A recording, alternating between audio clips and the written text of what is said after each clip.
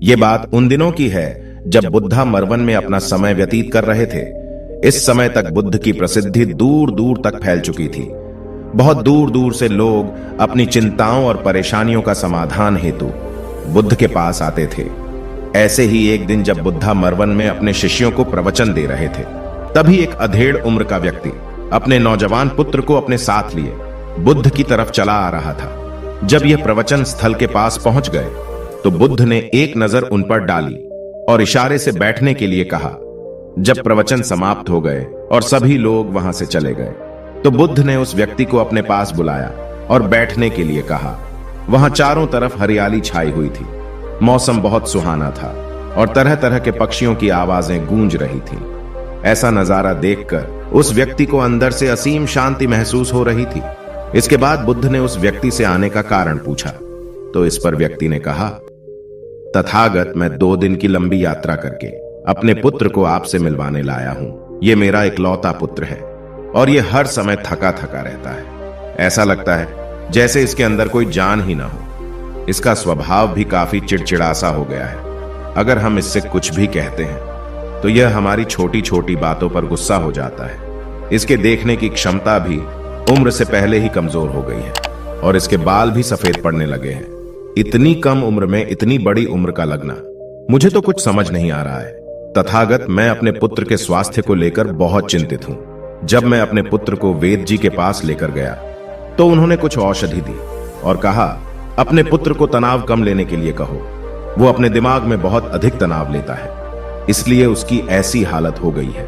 लेकिन मैंने उसको बहुत समझाने के बाद भी तनाव का मतलब समझ नहीं आया। मुझे नहीं पता कि तनाव होता क्या है, यह किन कारणों से आता है और उसे कैसे अपने पुत्र के दिमाग से निकालूं। लेकिन मुझे सबसे पहले तो यह समझना है कि तनाव होता क्या है। इसीलिए तथागत, मैं आपके पास आया हूं। कृपया आप मेरी समस्या का समाधान कीजिए। यह सुन बुद्ध उसके पुत्र को बड़े ध्यान से देखते हैं। उसके चेहरे को देखते हैं, उसकी आंखों को देखते हैं और फिर उसके हाथों की नब्ज को भी देखते हैं। यह सारी विधि करने के पश्चात बुद्ध उस व्यक्ति से कहते हैं कि तनाव लेना तो कोई नहीं चाहता, लेकिन फिर भी यह तनाव लोगों के दिमाग को दीमक की तरह पकड़ लेता है और व्यक्ति जान भी नहीं पाता है कि वह तनाव में जी रहा है। लेकिन अगर व्यक्ति तनाव के कारणों को अच्छे से समझ लेता है और तनाव के बारे में कोई ऐसा पैमाना बना लेता है जिससे वह जान सके कि वह कितने तनाव में है, तो वह इस समस्या का समाधान भी खोज सकता है। सबसे पहले तो तुम यह समझो कि तनाव होता क्या है। जब भी कोई व्यक्ति कोई काम कर रहा होता है लेकिन उसका मन कहीं दूर भटक रहा होता है, कल्पनाओं में होता है, तो उसके शरीर और मन के बीच एक दूरी पैदा हो जाती है। यह दूरी जितनी अधिक होगी, व्यक्ति उतनी ही ज्यादा बेहोशी की अवस्था में होता है और शरीर व मन के बीच की इसी दूरी और खिंचाव को तनाव कहा जाता है। आखिर कोई पसंदीदा खेल खेलने के बाद व्यक्ति चुस्ती और प्रसन्नता से क्यों भर जाता है, जबकि उसने तो अपने शरीर को थकाया है। लेकिन समझने वाली बात यह है कि खेलते समय मन और शरीर एक साथ पूरी तरह से उस खेल में केंद्रित होते हैं, जिससे शरीर और मन के बीच दूरी पैदा नहीं होती और कोई तनाव पैदा नहीं होता। और अगर दिमाग में कोई तनाव था तो वो भी दूर हो जाता है। लेकिन इसके विपरीत, जब हम कोई ऐसा काम करते हैं जो हमें पसंद नहीं है, तो हमारा शरीर तो उस काम को कर रहा होता है, लेकिन हमारा मन कहीं दूर कल्पनाओं में भटक रहा होता है, जिससे शरीर और मन के बीच एक दूरी पैदा हो गई और तनाव ने जन्म ले लिया। इसीलिए व्यक्ति को एक समय पर सिर्फ एक ही काम करना चाहिए और अपने तन और मन की सारी शक्ति उसी एक काम पर लगा देनी चाहिए, जिससे व्यक्ति के अंदर तनाव पैदा ही ना हो। इसके बाद बुद्ध ने कहा, तनाव पैदा होने के मुख्य 8 कारण होते हैं और जिसने इन कारणों को समझ लिया वो जीवन भर तनाव मुक्त रह सकता है। मुख्य कारणों में सबसे पहला कारण है अति महत्वाकांक्षी होना। महत्वाकांक्षी होना अच्छी बात है, लेकिन क्या कभी आपने इस बात पर ध्यान दिया है कि इंसान के लक्ष्य कभी पूरे ही नहीं होते हैं। उसका एक लक्ष्य पूरा हुआ नहीं कि वह दूसरे की तरफ भागने लगता है, दूसरा पूरा हुआ तो तीसरे की तरफ, और इस तरीके से वो अपने लक्ष्यों को पाने के लिए जिंदगी भर गोल गोल घूमता रहता है। इसीलिए जो व्यक्ति अति महत्वाकांक्षी होता है, जिसने बड़े बड़े लक्ष्य बनाए होते हैं, वह वर्तमान में कभी रह नहीं पाता है। उसका मन सदैव भविष्य की योजनाएं बनाने में ही व्यस्त रहता है। उसका शरीर तो वर्तमान में रहता है, लेकिन मन भविष्य में ही रहता है, जिससे मन और शरीर के बीच दूरी पैदा हो जाती है और वह तनाव भरी जिंदगी जीने लगता है। बुद्ध के मुंह से यह बात सुन उस लड़के ने कहा, है बुद्ध, तो फिर इसका मतलब है कि हमें लक्ष्य नहीं बनाना चाहिए, क्योंकि लक्ष्य बनाना भी तो महत्वाकांक्षा ही है। इस पर बुद्ध ने कहा, जीवन में लक्ष्य बनाना कोई गलत बात नहीं है, लेकिन समस्या तब उत्पन्न होती है जब वो अपना पूरा ध्यान उस लक्ष्य से मिलने वाले परिणाम पर ही लगा देते हैं और उसके परिणाम की चिंता करते रहते हैं। व्यक्ति को वर्तमान में जीना आना चाहिए। आप लक्ष्य बनाइए और उस लक्ष्य की प्राप्ति के लिए कड़ी मेहनत करिए, लेकिन साथ ही साथ आपको इस बात का भी ज्ञान होना चाहिए कि आप अभी वर्तमान में जी रहे हैं और वर्तमान ही सत्य है। बुद्ध ने आगे कहा, तनाव का दूसरा सबसे बड़ा कारण है ईर्ष्या करना है। जब व्यक्ति ईर्ष्या और जलन से भर जाता है तो उसका मन अंदर से सड़ने लगता है। ईर्ष्या एक आंतरिक घाव है। आंतरिक घाव यानी मन का घाव। व्यक्ति के शरीर का घाव तो भर सकता है, लेकिन मन का घाव कभी नहीं भर सकता। इसीलिए व्यक्ति को दूसरे की खुशी और तरक्की से कभी ईर्ष्या नहीं करनी चाहिए, क्योंकि ईर्ष्या तनाव का कारण है। इसके बाद बुद्ध ने तनाव का तीसरा कारण बताते हुए कहा कि आरुषिपूर्ण काम न करना, इससे भी मन में तनाव पैदा होता है। जो काम करना हमें पसंद ही नहीं है, जिस काम में हमारी रुचि ही नहीं है, उस काम में हमारा मन लग ही नहीं पाएगा। हमारा शरीर तो वहीं बैठा रहेगा, लेकिन हमारा मन कल्पनाओं की उड़ान भरेगा, जिससे शरीर और मन के बीच दूरी पैदा हो जाती है और व्यक्ति तनावग्रस्त हो जाता है। इसीलिए इंसान को हमेशा अपनी रुचि के अनुसार ही कार्य करना चाहिए। अगर व्यक्ति ने यह पता कर लिया कि उसे कौन सा काम करना पसंद है और वो उसी काम को अपने जीवन का लक्ष्य बना लेता है, तो फिर वो काम उसके लिए काम नहीं बल्कि एक खेल बन जाता है। फिर बुद्ध ने कहा, तनाव का चौथा कारण होता है किसी दूसरे से अच्छा रखना। बुद्ध ने उस व्यक्ति की ओर इशारा करते हुए कहा, एक पिता होने के नाते तुम्हारी अपने पुत्र से बहुत सी अपेक्षाएं होगी कि तुम्हारा पुत्र एक बहुत ही कामयाब इंसान बने, तुम्हारा नाम रोशन करे, जैसा तुम चाहते हो उस तरह का जीवन जिए, तुम्हारी हर बात माने। लेकिन क्या आज तक कभी किसी की सारी अपेक्षाएं पूरी हुई है? जब भी कोई व्यक्ति किसी दूसरे से कोई अपेक्षा रखने लगता है तो वो अनजाने में अपने लिए तनाव पैदा करने लगता है। जरा सोचो कि अगर तुम्हारा बेटा तुम्हारे अनुसार काम नहीं कर रहा है और वो नहीं बन पा रहा है जो तुम उसे बनाना चाहते हो, तो निश्चित रूप से तुम्हारे दिमाग को तनाव तुम्हें पकड़ लेगा। तुम तनाव से भरा जीवन जीना शुरू कर दोगे और इस तनाव के बस में आकर तुम ऐसा व्यवहार करोगे, ऐसी बातें करोगे कि तुम्हारा अपने पुत्र के साथ संबंध और भी खराब होता चला जाएगा।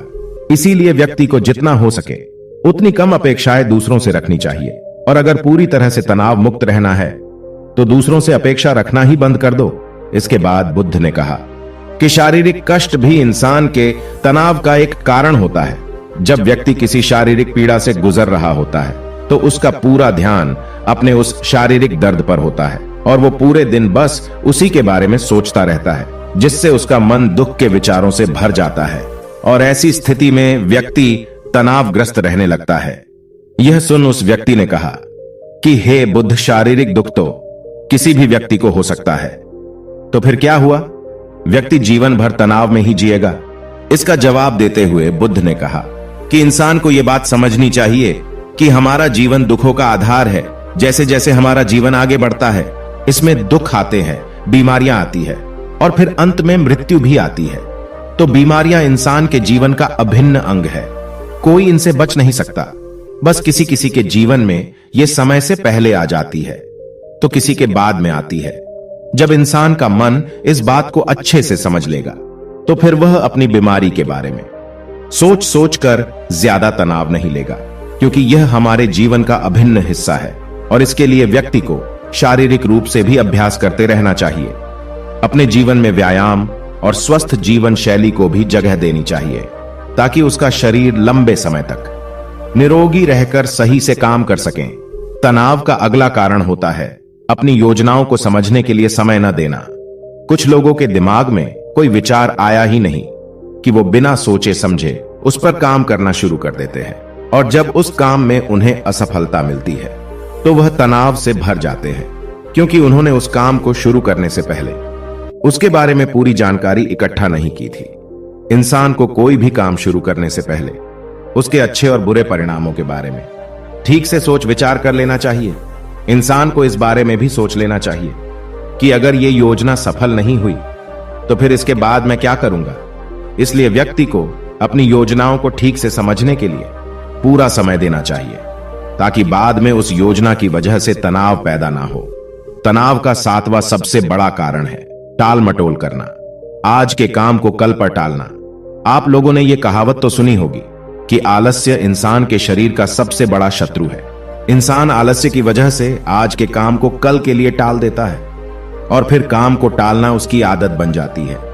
काम को कल पर टालने वाले व्यक्ति का काम कभी भी समय पर पूरा नहीं हो पाता है, और अगर किसी तरह से पूरा हो भी जाता है तो वह उतना अच्छा नहीं हो पाता है जितना अच्छा उसे किया जा सकता था, और फिर यह बात व्यक्ति के अंदर तनाव पैदा करती है।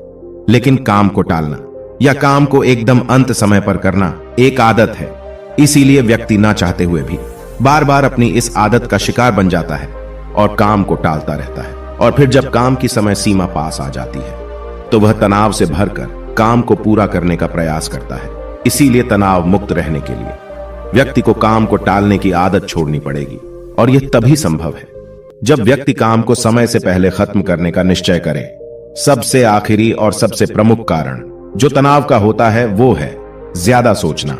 लगातार सोचते रहना भी एक बीमारी है, और यह उस व्यक्ति में सबसे ज्यादा पाई जाती है जो सिर्फ कल्पनाएं करता है, जो अतीत की घटनाओं और भविष्य की बातों के बारे में सोचता रहता है, जो बेवजह के अनुमान लगाता रहता है। इसीलिए व्यक्ति को ज्यादा सोचने की आदत पर लगाम लगाना चाहिए। इसके लिए जितना हो सके खुद को काम में व्यस्त रखना चाहिए, और हर दिन ध्यान का अभ्यास करने को अपने जीवन का हिस्सा बना लेना चाहिए। बुद्ध के मुंह से यह सारी बातें सुनकर उस व्यक्ति ने हाथ जोड़कर कहा, बुद्ध, मेरा पुत्र तो अभी मात्र 20 वर्ष का ही है और इसमें अभी इतनी समझ भी नहीं है कि यह आपकी बताई सारी बातों का एक साथ पालन कर सकें। आप कृपया करके तनाव मुक्त रहने का कोई आसान सा तरीका बता दें, जिससे मेरा बेटा उसका अनुसरण भी कर सके और तनाव मुक्त भी रह सके। उस व्यक्ति की यह प्रार्थना सुन बुद्ध ने कुछ सोचते हुए जवाब दिया, अगर तुम इतनी सारी बातों का पालन नहीं कर सकते हैं तो इसके लिए एक बहुत ही आसान विधि है। तुम एक बार मैं एक काम को करने पर ध्यान लगाओ। जो भी काम कर रहे हो उस समय पर सिर्फ उसी काम को करो, सिर्फ उस पर ही अपना पूरा ध्यान लगाओ। और अगर तुम्हारा मन इधर उधर भटक जाता है तो जैसे ही तुम्हें याद आए उसे वापस फिर उसी काम में लगा दो। यह सबसे आसान और अच्छा तरीका है तनाव मुक्त रहने का। जब तुम भोजन करो तो उस समय सिर्फ भोजन ही करो, उसके पूरे स्वाद का आनंद लो, उसका अनुभव करो। जब चलो तब अपना पूरा ध्यान सिर्फ चलने में ही लगा दो। इससे तुम्हारा मन और तुम्हारा शरीर दोनों एक जगह पर केंद्रित रहेंगे, दोनों के बीच दूरी पैदा नहीं होगी, जो कि तनाव का मुख्य कारण होती है। इसीलिए जहां तक संभव हो सके एक समय पर सिर्फ एक ही काम करने का प्रयास करें, वो भी पूरे ध्यान के साथ। दोस्तों, आशा करता हूं कि आपको इस कहानी से काफी कुछ सीखने को मिला होगा। धन्यवाद।